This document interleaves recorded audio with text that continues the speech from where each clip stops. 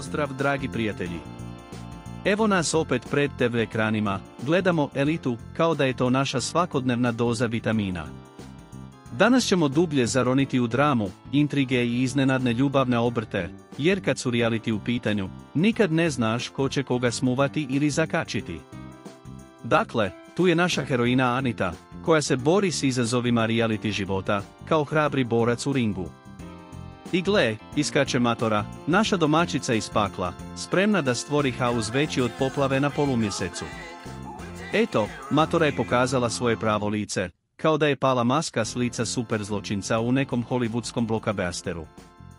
A onda sam joj ja mirno rekla da sam malo eksperimentisala, kao što svaki hemičar pokušava naći pravu formulu za ljubav.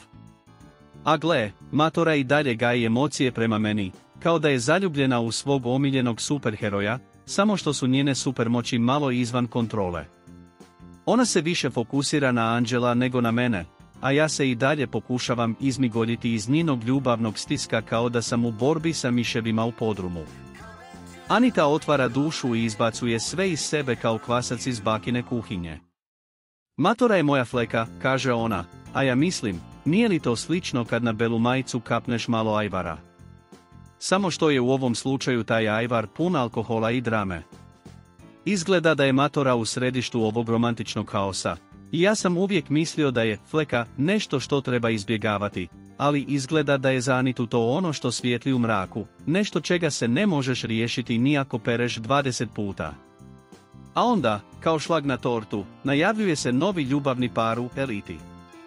Zar to nije kao kad ti na kraju filma najave nastavak koji niti ne želiš gledati, ali eto, tu je, ne puštate. Srećom, uz ovaj reality, uvijek se smijemo, jer ništa ne podiže moral kao tuđa drama na ekranu. Ajde, samo neka se reality ljubav ne pretvori u borbu za život i smrt, i bit ćemo sasvim zadovoljni.